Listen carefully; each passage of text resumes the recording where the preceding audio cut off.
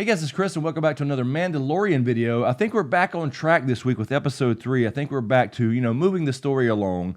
Frog Lady ended up being really a no-go, just kind of a way to get him to this new planet to find more Mandalorians.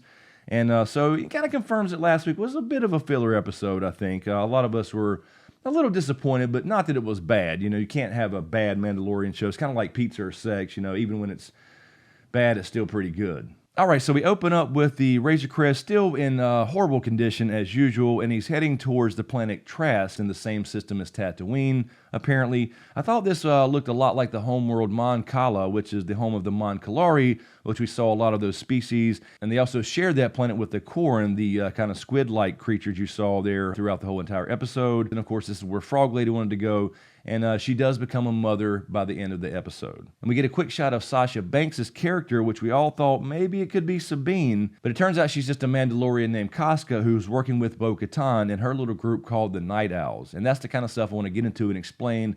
All this Bo-Katan stuff, she mentioned the Watch and all that stuff, him being a child of the Watch. So he's getting his eyes open to a bigger world because he's only been really exposed to one faction of the Mandalorians. So I think as he learns more about, who he grew up with and all that and the other various factions of Mandalore, that he's going to probably remove his helmet a little more often. So of course he heads out on this boat to kind of find the Mandalorians. And of course the most famous Mon Calamari, Admiral Akbar, said, "It's a trap!" So everybody's after his Beskar armor. Like I said before in the previous video, it's like gold or titanium or whatever in this universe is becoming more and more valuable. And of course being blaster and lightsaber resistant probably adds to the value just a little bit. So anyway, we had a badass action scene where this dude kicks Baby Yoda into this little pit on the boat. Looked like some kind of, mini Sarlacc type creature or whatever it was that ate him.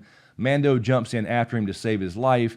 And of course, we see the 3 Mandalorians pop on the ship and start whipping their asses. This was very badass, and I thought just for a second it could be Sabine as well, but Sabine would have had a lot of different spray paint on her armor. She likes to tag things. But anyway, it is revealed to be Bo-Katan. And Bo-Katan told him quite a few things that he didn't really understand or have never heard of before, so that's what I want to explain here. So after they saved his ass, they were taking off their helmets, and of course the same thing happened in the previous episode with the Boba Fett armor, is that he doesn't understand why Mandalorians would take their helmet off, so now he's questioning, where did you get that armor? You're not Mandalorians, you would never show your face. And one of the other Mandalorians says, oh, he's one of them. And she's like, yeah, you're a child of the Watch. And what she's referring to is Death Watch. Now, Death Watch was a splinter group that broke off from the main Mandalorian tribes or whatever because they believed in going back to the old ways, the warrior ways, whereas the new Mandalorians in all the new Star Wars canon were more pacifist.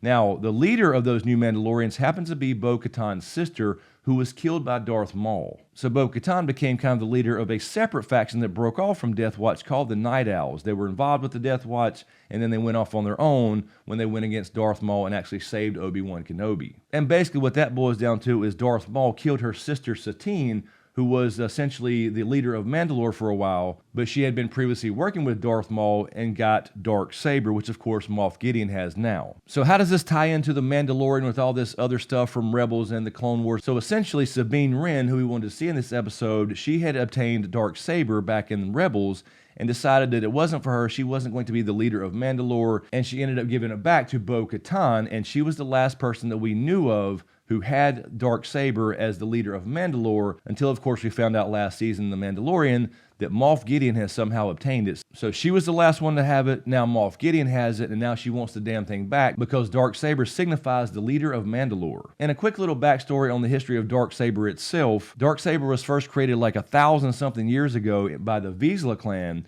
who was the first Mandalorian to be accepted into the Jedi Order. Now, after he died, the Jedi kept Darksaber in the Jedi archives in the temple and was stolen back by Clan Vizsla, the rightful owners of Darksaber. Now, for those of you that watched the Clone Wars, or if you didn't, that's why I'm here. Pre-Vizsla was the previous owner who ran Death Watch, who Bo-Katan actually worked for a time as well. Then Darth Maul killed him and took Darksaber. Then it was lost again, and then it was recovered by Sabine in Rebels, and then Sabine gives it back to her. And of course, since then, she's lost it, and now it's in the hands of Moff Gideon. So I have a feeling we're going to definitely see Bo-Katan again. So of course, Mando helps them out on this Imperial freighter, taking over the weapons. She wants to take over the whole ship, because we kind of see her, go to her dark side, so to speak, saying, I want that shit back. Where is he?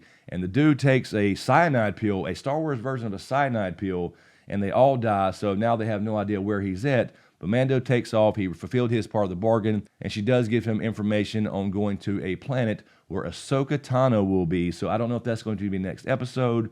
Now remember, the last time we saw Ashoka Tano was in Rebels when Ahsoka and Sabine went to find Ezra. Now since Rebels took place right before A New Hope, and now we have Ahsoka back somewhere, it's very conceivable that we have Sabine as well as Ezra, so we could see Sabine and Ezra still. I highly doubt they'll go that far into all that stuff here in Mandalorian Season 2. Maybe that'll be for something later on, but it's conceivable that we could possibly see them in future episodes. And other than that, Baby Yoda is still obsessed with eating the Frog Lady's eggs and destroying her line. Anyway, guys, that's all I want to talk about this week as far as the whole Bo-Katan tie-in and how all that fits in with Darksaber and the Mandalorian. So he's learning a lot more about the bigger picture here as far as the Mandalorians, and he's just part of one faction or clan who sometimes fight with each other, sometimes war against each other, but ultimately they try to get back together to form a unified Mandalore. Anyway, let me know what you think in the comments below. Are we back on track? Did you enjoy this episode? And of course, if you dig what I do here, please give these videos a like, comment, and share. And be sure to subscribe to get everything and click that notification bell so you're notified when I drop a new video. And we'll see you Sunday on the live stream talking about Mando Episode 3. Thanks for watching, and we'll see you next time.